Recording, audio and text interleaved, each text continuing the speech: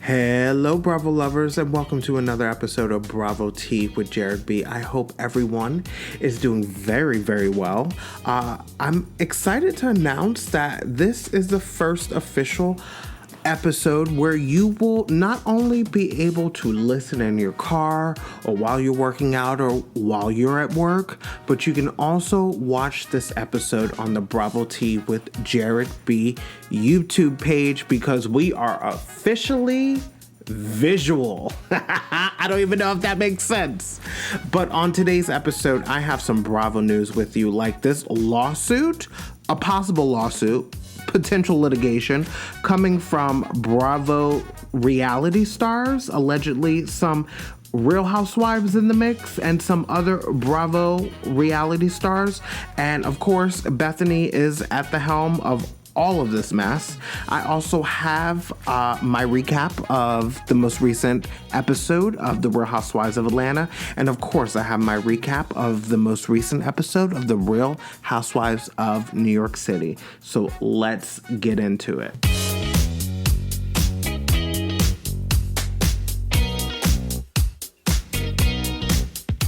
Hello, Bravo lovers, and welcome to another episode of Bravo Tea with Jared B. Of course, I'm your host, Jared B., and we are coming to you from my apartment here in Atlanta, Georgia.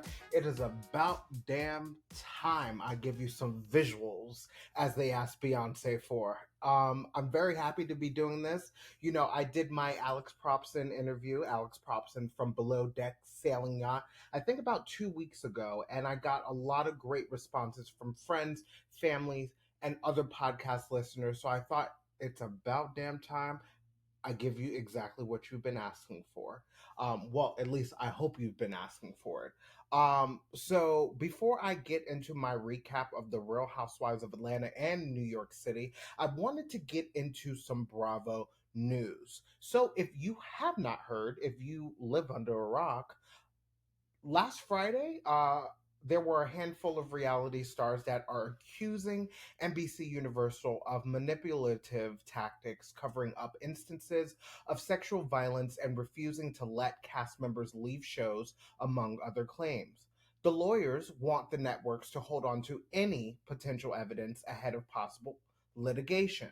According to the legal letter obtained by Rolling Stone, these individuals have been mentally, physically, and financially victimized by NBC and threatened with ruin should they decide to speak out about their mistreatment.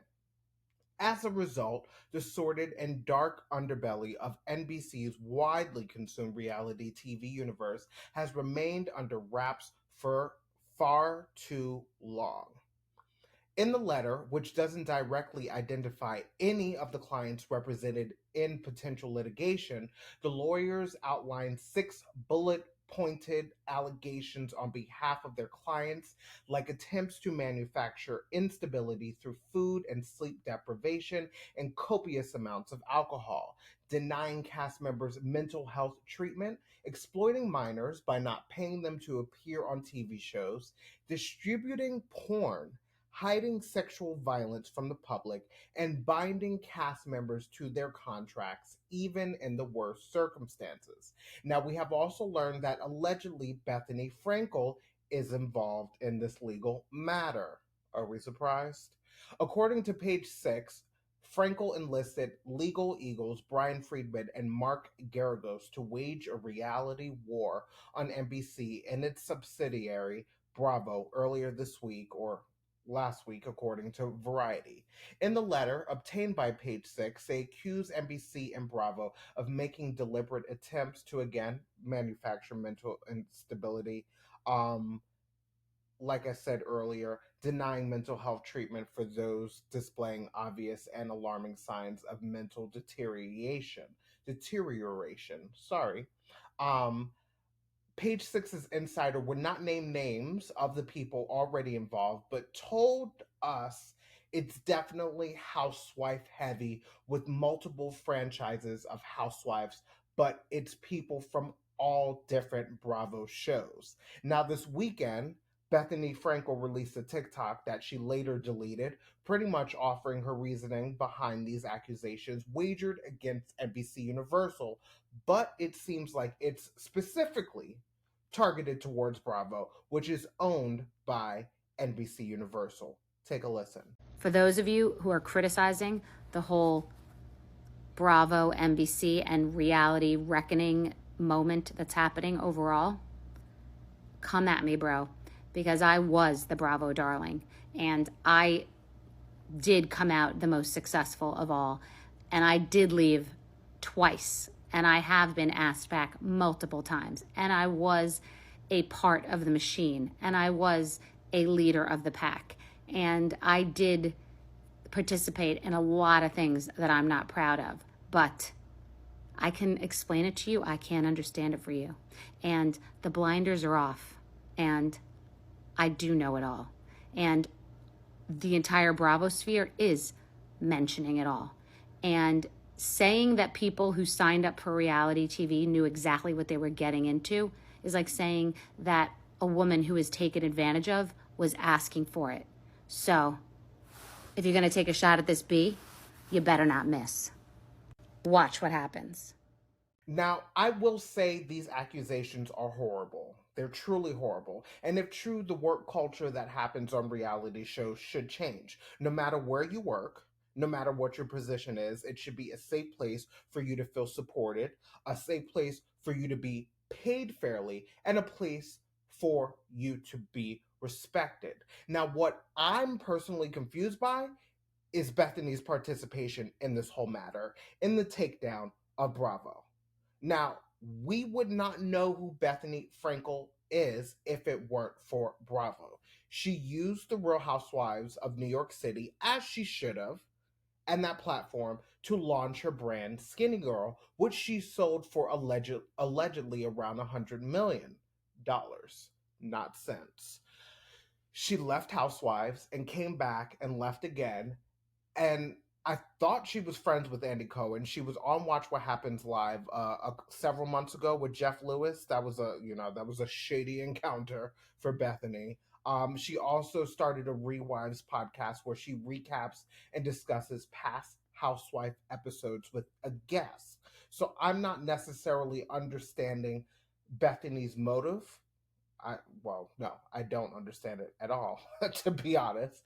Uh, she's happy and willing to reap the benefits and rewards of being involved in the world of Bravo and the Real Housewives, and yet she seems to be leading the helm when it comes to these legal accusations against NBC Universal. And I feel this is very opportunistic of Bethenny because let me tell you something.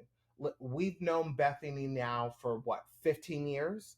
And Bethenny is many things. She is smart, she is witty, she is business savvy, but Bethenny also loves attention, which is why she always goes on her rants on her TikTok or social media about Meghan Markle, Will Smith, Bravo, the Real Housewives, because it gets her attention. She thrives off attention. Her business thrives off attention. Her TikTok thrives off attention. Her podcast thrives off attention. And now she is thriving off the attention she's getting for being involved in this. Like, attention is Bethenny Frankel's kink. Okay? That's her kink.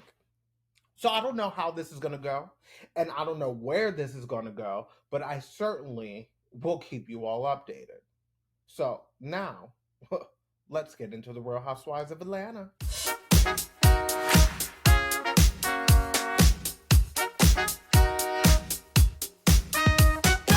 So we have the Real Housewives of Atlanta. This is season 15, episode 3, titled Peach Passion.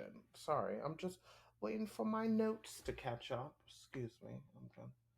Listen, technology loves working when it wants to. There we go. So it's the holidays on the Real Housewives of Atlanta.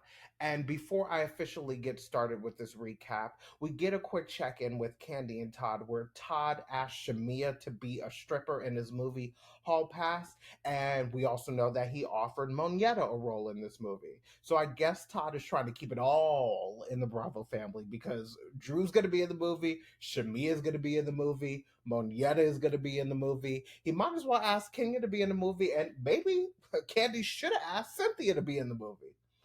But we move on to Sanya and her sister, and they are wrapping Christmas gifts. And I have to say, I love Sanya's sister. She does not hold back, and I love it.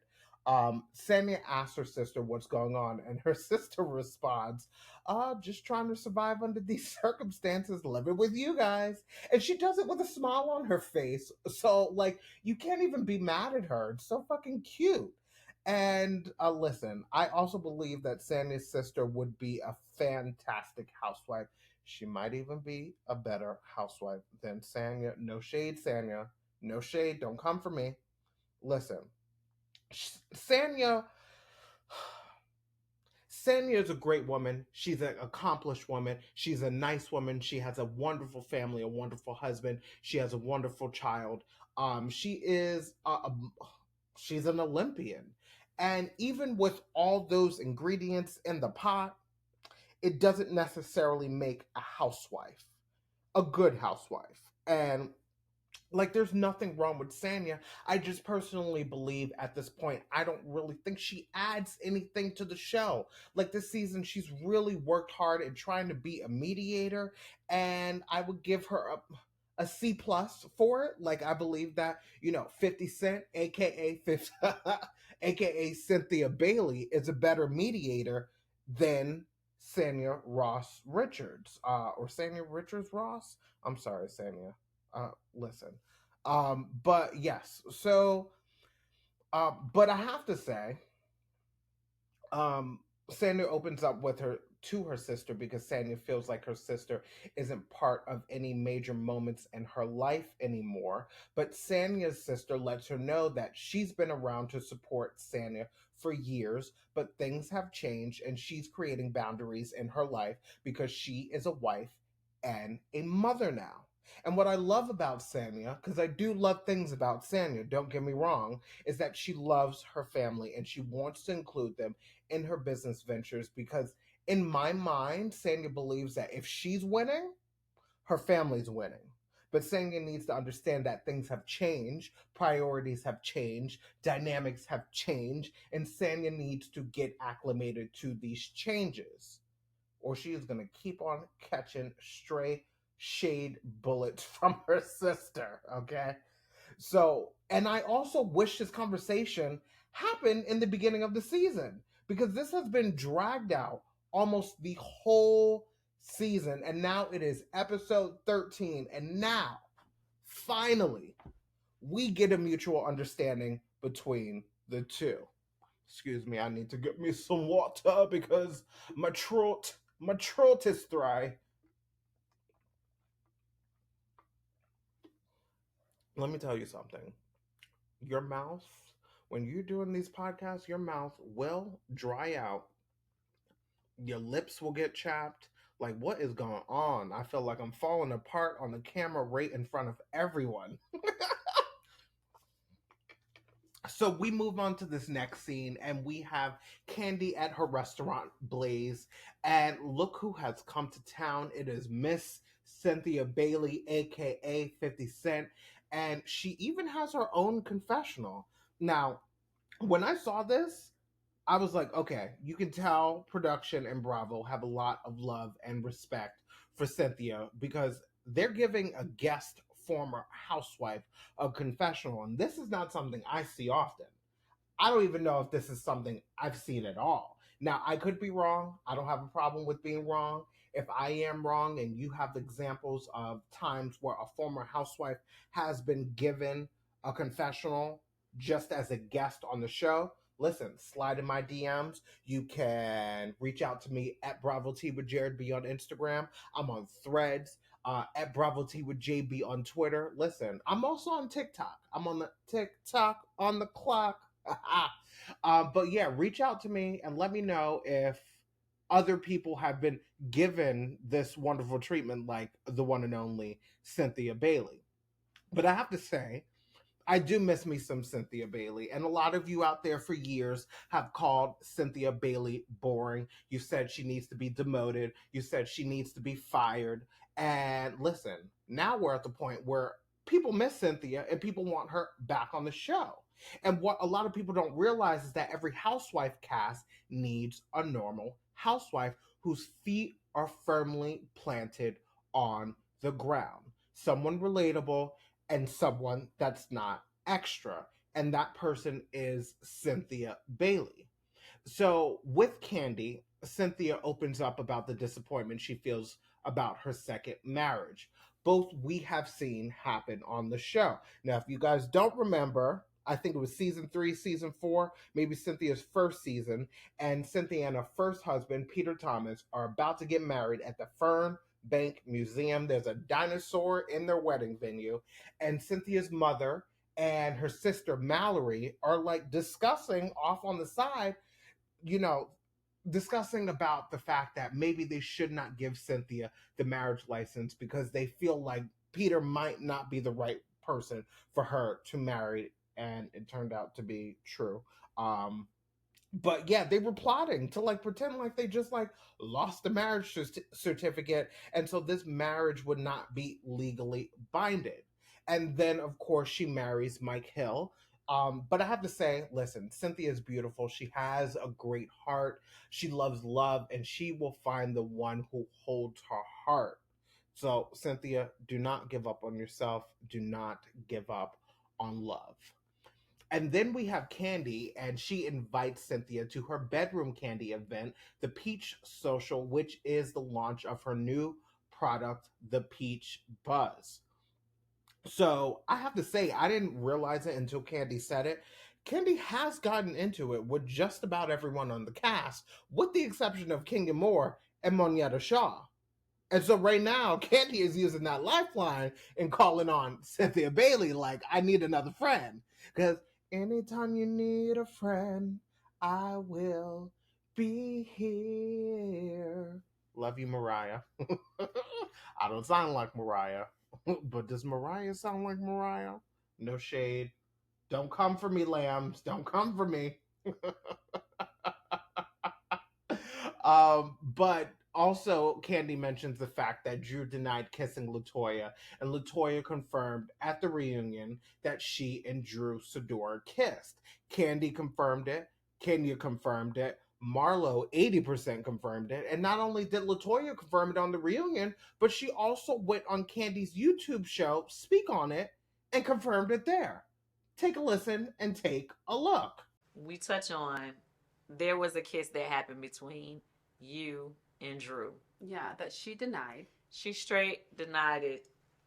We had a moment, okay, at the private bachelorette party that we thought wasn't being filmed at all, but I guess people are speaking on it. Right. You know, the kiss. You saw the kiss. I did. Okay. I did. And she's completely denying that she kissed me. It's like, why can't you kiss a girl? What's the problem with that? I don't know. I was thinking maybe she just doesn't remember the kiss. How not? Thinking, because I was thinking, well, maybe she had too much to drink or something like that. We all did. Yeah. But I remember that kiss, Drew. You're so funny. So, as we have heard and now seen, LaToya did confirm that this kiss happened after the cameras went down at the bachelorette party in Charleston, South Carolina for Cynthia Bailey. But my question is, why is Drew denying it? And why is LaToya covering for Drew? What's going on? What's going on?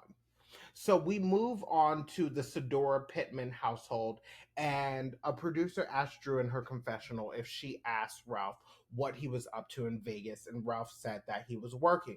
But Drew isn't exactly trusting what's coming from Ralph. And listen, I don't blame her.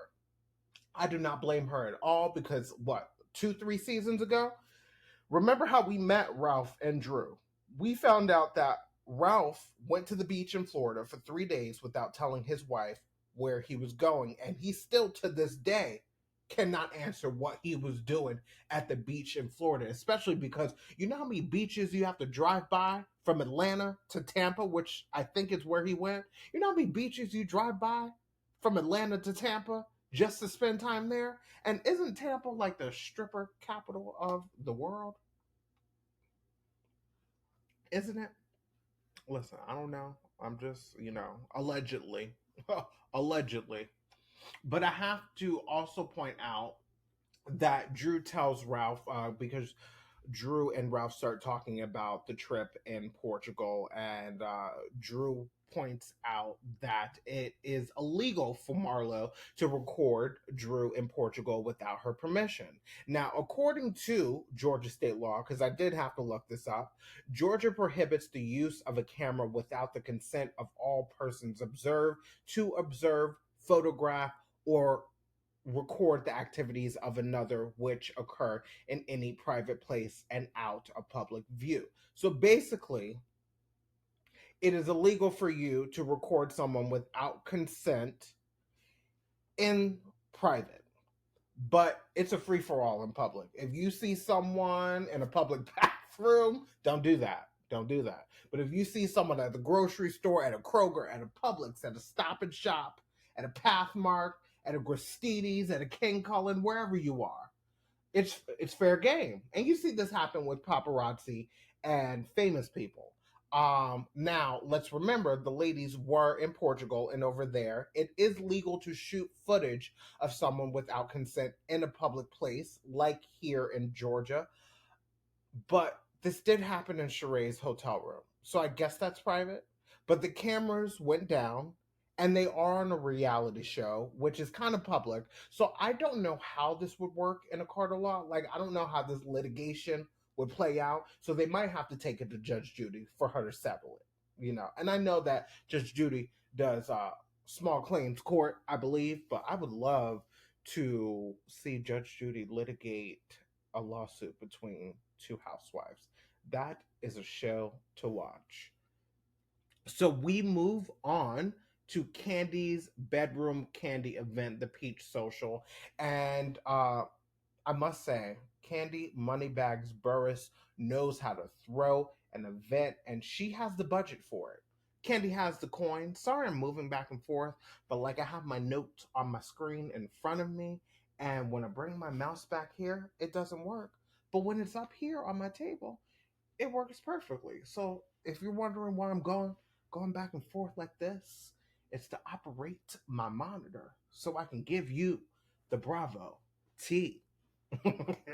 So I have to say, in the moment at this event, it's Kandi, Sheree, Courtney, Marlo, Monietta, and Sanya, and the conversation is light and fun. There is great banter. They're joking around. They're playing with the Peach Buzz product, and I'm like, why can't it be like this all the time? Why does it have to be shady? Why does it have to be intense? Why does there have to be drama? And then Kenya Moore arrives, and then Cynthia Bailey arrives, and I love that Cynthia fits in seamlessly with this group. Listen, Cynthia Bailey has not skipped a beat. She got her glam, she got mic'd up, and camera started rolling, and she stepped right back into that role. So, Bravo, can we please have Cynthia Bailey return, even if it's in a friend capacity? It doesn't have to be full time, but I would love to have Cynthia Bailey back on the show, because this is what is missing from the show: friendship. And yes, we love the drama, yes, we love the shady moments, but we also love resolution, and we love fun moments, shady fun moments between the ladies. So now, former friend of Latoya arrives, and right out the gate, she lets Kandi know that she's upset with her, and Latoya doesn't like the fact that she was brought up in the conversation and she was not there to defend herself. But honestly, feel like this wasn't really about Latoya. It was more about Drew, and Latoya just happened to be an innocent bystander in the whole matter. Listen, I still want to know why Latoya all of a sudden is trying to cover up for Drew when Latoya has admitted in the past that they did kiss. Like, who cares? Who cares? But Drew, well, actually, Kandi Kandi, LaToya, and Drew have a private conversation, and Kandi makes it clear that she does not want them to make it seem like she's lying, and Drew responds that she's just trying to defend her truth. But there's Candy's truth, there's Drew's truth, there's two different truths. So who the hell is telling the truth? Because I stated this already. Kandi confirmed they kissed. Marlo, Kenya, and LaToya said it at the reunion and on Kandi's Speak On It show. So Drew, remember this, girl. The truth shall set you free. And we don't care that you kiss LaToya. We know that you care, but we don't care.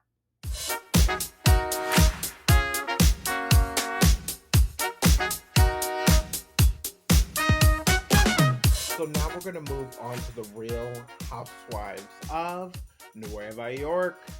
We have season 14, episode 4, titled The Most Brinteresting Girl in the Room.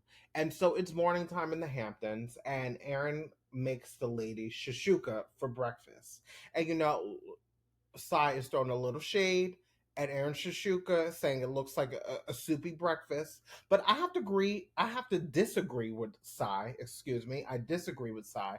That Shashuka looked delicious. And I personally love a savory breakfast. Like if there were some Heinz beans in that Shashuka, but I don't want to mess up the Israeli traditions of the Shashuka. But if there was some Heinz beans in that Shashuka, I would have gobbled it all up. And I like that Aaron introduced her Israeli culture to the ladies. So I need the ladies to stop ragging on Aaron about the caviar, the cheese, the shashuka, the heat not working, which I will say that is a party foul. Because if you are having guests in your home and your heat is not working or your air conditioning is not working, that's a problem. That is a problem. But I want to give a round of applause for Aaron because she tried. She tried to be a gracious host. But these ladies are high maintenance, okay? So then we have Uber. Uber, she presents her product of hot sauces called Uber Hot. And I might have to scoop me up some Uber hot sauces. But I can only handle the mild hot sauce. I can't do anything spicy because I get hot. I start sweating, I get indigestion, and then it all goes downhill from there. So I'll keep the mild Uber hot and give the spicy ones away to a friend that likes some spice. Then the ladies start talking about their Thanksgiving plans, and Brynn shares that she doesn't have a real family, so she's going to London with her third ex-fiance, Gideon. And then the ladies pack their stuff and they head back to the city. And I have to say, I think this was a very successful trip to the Hamptons. We got a little drama, but most importantly, we got to know Sai De Silva more and we got to know Brynn a little more. But in this episode, we are going to definitely know Brynn on a deeper level. So we are now back in the city and we are at the hair salon with Brynn. And Brynn opens up about growing up biracial in Indiana. She was raised by her grandmother, who is white, and her grandmother didn't know what to do with her hair. And honestly, I can't imagine what it was like for Brynn to grow up being biracial in Indiana and being afraid and hesitant to take ownership of a part of who you are and fully embrace the part of who she is, and for the community, the Black community, to teach her about the part of who she is. But I am happy that Brynn's grandmother had a friend that had a hair salon, and Brynn was able to connect with the Black community by going to the beauty shop, because besides the church, barbershops and beauty shops are the bedrock of community gatherings for the Black community. It's where you see your friends, it's where you can run into your family, it's where you can see your neighbors, and there's good conversation, there's jokes, there's shade, there's culture. And back in the day, bootleg DVDs. One of my favorite things about going to the barbershop when I was younger, my mom, of course, would take me. And listen, the bootleg DVD man would come through the barbershop and he would have, like Shrek 2 on DVD. And my mom would buy it. And, we go home, pop it in the DVD player. And, the camera is shaking, trying to capture the movie screen. You see people walking by, going to their seats, going to the bathroom. Like, it was real janky. But shout out to all the bootleg DVD people out there. I miss my bootleg DVDs. So then we get to this next scene with Uba. I'm not sure if it's a therapy scene. It's a sit down with a lady, and I don't know what she is. I don't know if she's a therapist, a spiritual healer, a friend, a life coach, or all of the above. That really wasn't specified. I don't know if I missed that caption, because usually when there's someone on the screen that we don't know, production will pull up, this is so and so. So I don't know if I missed that. But I don't know who this lady is. I don't know her. But in this moment, we definitely got to know Uba Hassan more. And Uba shares that where she's from, if you started a business, your family helped. Your uncle, your cousin, your mother, your father, your aunt. But Uba does not have any family in New York, because remember, Uba is from the country of Somalia. And for all those geographically special people out there, Somalia is a country in the continent of Africa. And that's your social studies lesson for the day. Ding! But like I said, Uba does not have any family with her in New York City. And Uba feels alone because she does not have her mom. Her mom passed away. And her mom was always someone that she went to for wisdom and encouragement. And then, ooh, let me tell you, Uba had me in tears watching her, because I don't personally know what it's like to lose a mother. I'm fortunate to still have mine and have a good relationship with my mother. And listen, my mother is someone I also lean on for wisdom and advice. And I'm grateful that she is always there to pick up the phone, even if it's just like a 5-minute conversation, just saying, hey, how are you? Because I feel like if I make the attempt to contact my mom, she will she will not text me and be like, hello, do you still exist out here in the world? I haven't heard from you in so long. So I definitely try to make the attempt to reach out to my mother so she knows I'm still alive and thriving, thriving, thriving, thriving. Yeah. um but we move on to this next scene in Brooklyn with Cy DeSilva and her husband. And I love their dynamics. Like, they really balance each other out well. We are in Brooklyn with Cy and her husband, and Cy shares that she wants to throw a Friendsgiving because Bryn doesn't have a family to spend Thanksgiving with. And then Jessel comes up in a conversation, and Cy throws some slight shade, some shady shade, and says that what she did learn about Jessel on this Hamptons girls trip is that Jessel's vagina is in a drought. In a drought. Thirsty. But I love. Sorry, I don't know. Where did that come from? Where did that come from? But I love that Cy's husband provides some balance to this conversation about Jessel and says that, listen, we don't know what Jessel's going through. We don't know where her and her husband are going through. And it must be stressful to have a set of twins, which I agree with. And I think the ladies could have done better in supporting Jessel instead of just telling her to hop on her husband's dick. Because if it were that simple, she would have done it already. She would have been done it. So, listen, I happen to agree with Cy DeSilva's husband. Thank you, Mr. Cy DeSilva, because I don't remember her husband's name.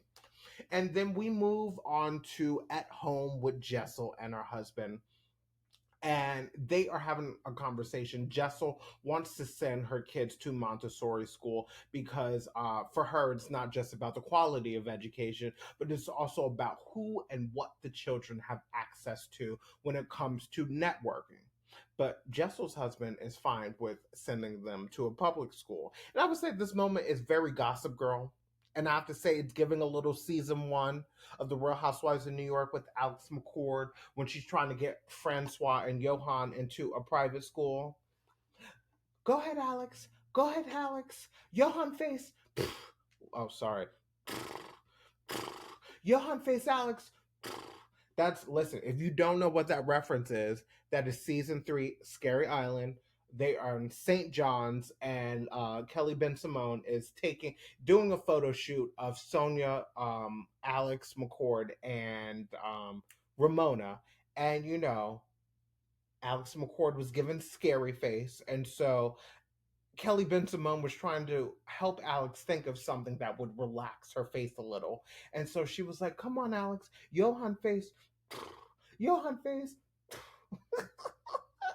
I was like, "Oh my gosh, this is hilarious." But also, Jessel tells her husband that she felt like the sacrificial lamb in the Hamptons with the ladies because of how she complained about like the heating and the ugly lingerie that she got from Jenna Lyons. And listen, Jessel's husband kept it 100 with her and chose his words wisely and lovingly. Because based on what we've seen so far, he's kind of right about Jessel. And I like Jessel. Like, I really love Jessel. I slid in her DMs today. It is, what's today? Tuesday. Slid in her DMs to let her know, like, listen, I love you. Well, I didn't say I love you. That's a little creepy. But I was like, listen, I'm loving you on the show. Hold your head up high and don't let anyone change who you are. Because I love what Jessel is bringing to the show, and I'm going to get into what Jessel is bringing to the show a little later. So we get to the Bren's Friendsgiving at Side to Silva's Brownstone in Brooklyn. I love, by the way, love Si's home in Brooklyn. I'm constantly looking at brownstones or townhouses on Zillow in Brooklyn, like I can afford a $15 million townhouse.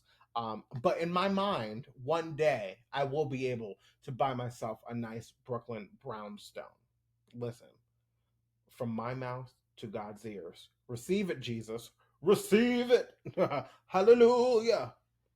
So it's now time for Si's Friendsgiving. And I love how every time someone enters the door, Bryn greets them and quickly turns around so that they can see her literal backside, which Bryn is looking hot in that dress. So if you got it, flaunt it. Boy, I know you want it. Watch me turn around there. Watch it take up on. Oh, you're watching me shake it. I can see it in your face. And so listen, Bryn, that was a terrible, terrible rendition of Check Up On It by Beyonce, Giselle Knowles Carter. I'm sorry, B. Beehive, don't come for me, don't sting me. But Bryn is flaunting it, and she looks hot as F in that dress.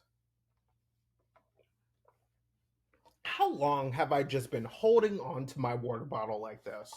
Thirsty as hell. So, Jessel arrives, greets the ladies, and offers what most would consider to be condolences to Erin for the death of her grandmother. But then Jessel says, "Oh, that's unfortunate." And she's like, "I hope that today went well." Jessel, based on the mere fact that Erin just buried her grandmother that day, I would assume that that day did not go well. Now, a lot of you on social media are ragging on Jessel, calling her rude, bratty, entitled, all the things. And all of those things might be true about Jessel. I'm not denying what I've seen so far, but I have to be honest. Jessel is rising in my rankings on the Real Housewife of New York because she has no clue, none whatsoever, how she comes across. She is completely unaware of how people receive what comes out of her mouth, and that is what makes a good housewife. Having a lack of awareness is what makes a great housewife. So you might not like everyone on the show, but Jessel is needed on the show. And I did say this last week on the show. So we should be thankful for Jessel and that we get to attend this Friendsgiving through the television. So I also have to point out that I love that Jenna Lyons did not know she was stirring the pot by telling Erin that Jessel called them a bunch of cackling hags.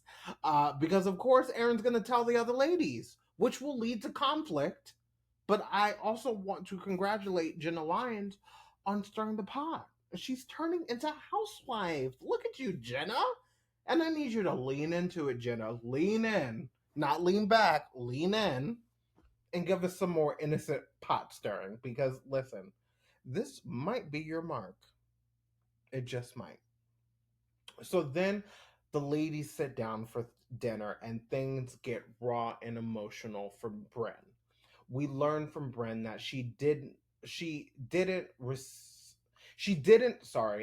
live with her parents for long. She lived in Section 8 housing, she was on food stamps, and she experienced abuse and neglect.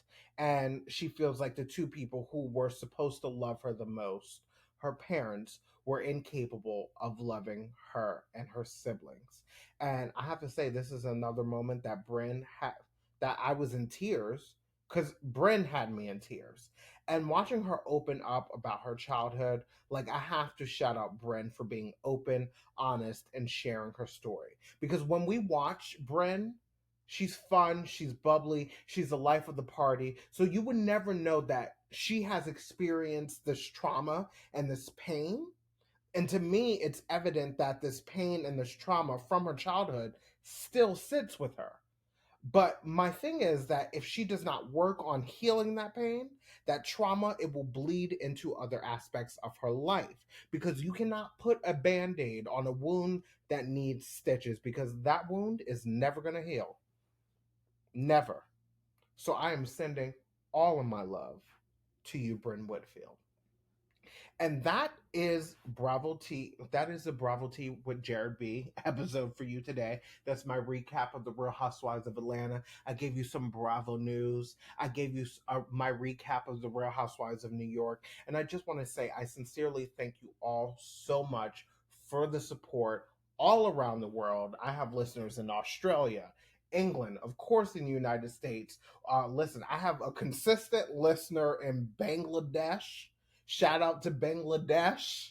Listen, follow me on the pod. Follow me on Instagram. You can follow me on Instagram, by the way, at Bravo T with Jared B, at Bravo T with JB on Twitter. You can follow me on TikTok. I am also on Threads. Listen, reach out to me, slide in my DMs, introduce yourself, and I would love to mention you and mention it all on Bravo T with Jared B. Continue to tell your friends, your family, your coworkers that you have a new podcast that you are obsessed with, Bravo T with Jared B. I appreciate all the love and support. That's all the Bravo T I have for you today. I love you for listening, and until next time, until Friday's episode, have a good one.